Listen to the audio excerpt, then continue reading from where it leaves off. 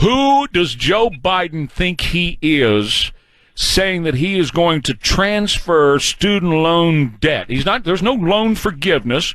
There's no canceling of loans. That's what the media is calling it, but that's not what it is.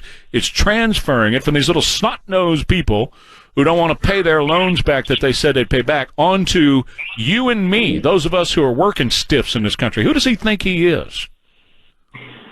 Well, Trey, I mean, look, that is a great question, and this is just more of the current administration and the current Democrats' agenda to completely upend our American way of life, attack our values, attack everything that's made this country great. Every hardworking American, my great-grandparents, grandparents, my parents, who all did it the right way. My wife and I, we took out student loans. We've been paying them back. Hell, my wife is still paying a few of hers back. Everybody out there who chose to be a plumber, everybody out there who chose to go into the trades, not go to college, not take on debts, go get a sociology degree, and now you're going to have a bunch of leftists transfer all of that debt to the hardworking men and women who didn't take on that debt. I find it offensive. I find it immoral. I listen to some of these so-called Christian apologists out there saying, oh, this is the nice thing to do. You know what? If it's a nice thing to do, you go write the check. Don't steal money from me. Don't steal money from the hardworking Americans who didn't take on the debt to then go pay off somebody else's loans. I've had it. We're not gonna support this. Obviously, we should do everything we can to fight it, to undo it, no matter what he does. I don't even know how he has the power to do it. We'll be studying that.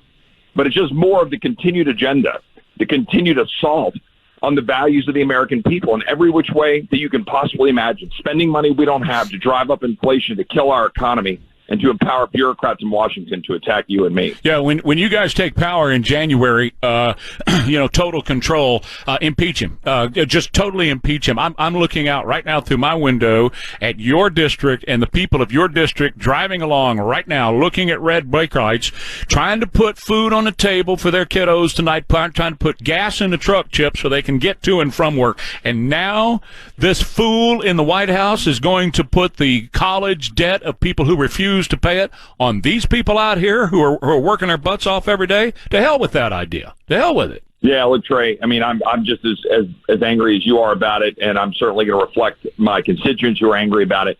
And look, step one for Republicans is that we should in no way, shape, or form give Democrats the pen to do a single additional thing with taxpayer money. We should oppose any spending bill here in September that's a big omnibus bill. We should oppose any so-called continuing resolution that punts it to a lame duck Congress. We should put all of this stuff on the ballot. We should let the American people decide in November, and then we'll decide spending priorities in January. And that'll be a real test for Republicans. Don't give Democrats the pen to keep doing this to the American people in a lame duck Congress. And we got to get out and take an agenda to the American people to win in November and stop, as the Republican current leadership is doing, allow it to just be, a referendum on how bad the Democrats are. No, we have got to go tell the American people that we're going to have hearings to hold people accountable. We're going to expose all of this stuff to the American people. We're going to have some heads. We're going to have some actual consequences, fire bureaucrats, get rid of some folks, go after Alejandro Mayorkas.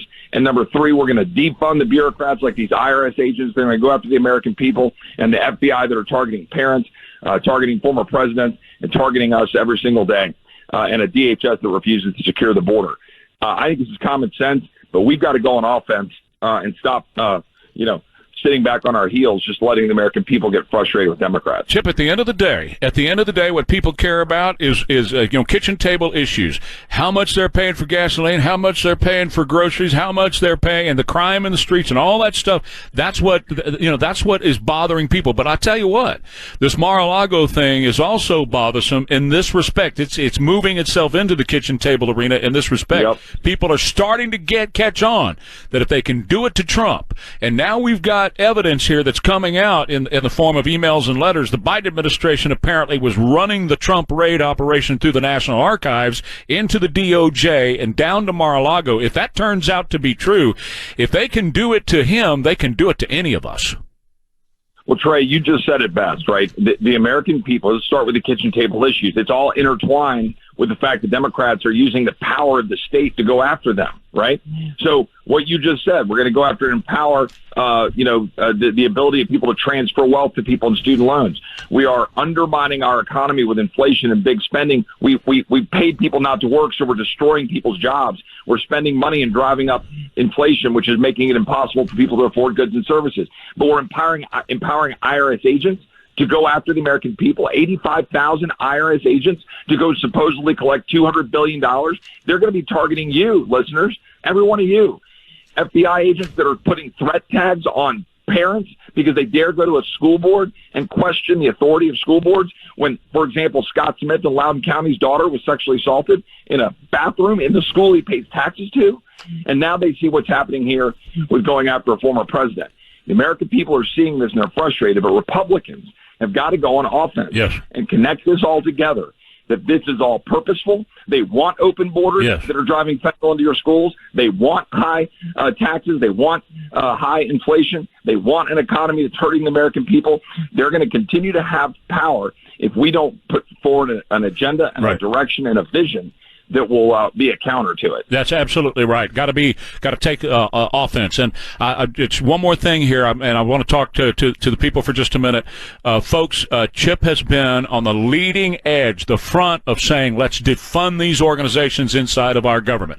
It's the power that the Congress has. And so as these organizations, whether it's Mayorkas or whoever, who is violating the constitutional principles and violating what you want as the American people, the way to take care of it is to defund them. And one thing I want to tell you about, Mayorkas is coming to San Antonio on Friday.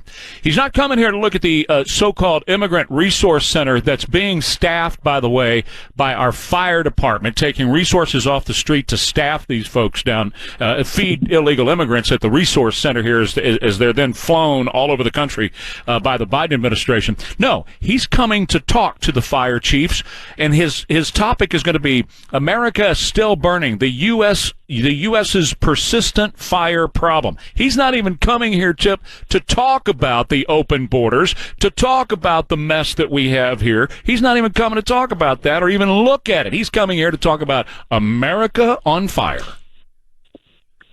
Well, I'll tell you, America is on fire, but America's on fire because this Homeland Security Secretary is blatantly lying to the American people and saying that we have operational control of our border or that it is secure. He is lying. He is purposely allowing it to be exploited, and Americans are dying. Fentanyl is pouring into your high schools, listeners, your kids. One pill will kill.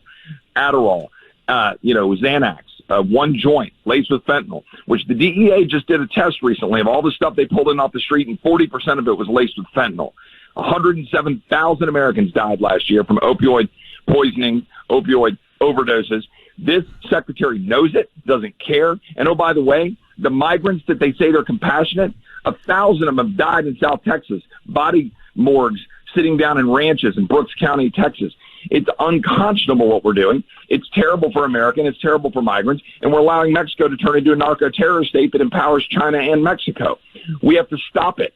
A sovereign nation has a secure border. A sovereign nation does what's right for its people. We secure our communities, we protect our kids, we protect our schools, and the director or the Secretary of Homeland Security is doing the opposite. I'm going to keep calling him out for it, Trey. He needs to be removed. Our next Attorney General, I hope, Chip Roy, right now my congressman from my district, and I appreciate you, Chip, and we'll speak again very soon. Thank you for your time as always, Congressman. God bless you, Trey. Take care. Thank you, sir.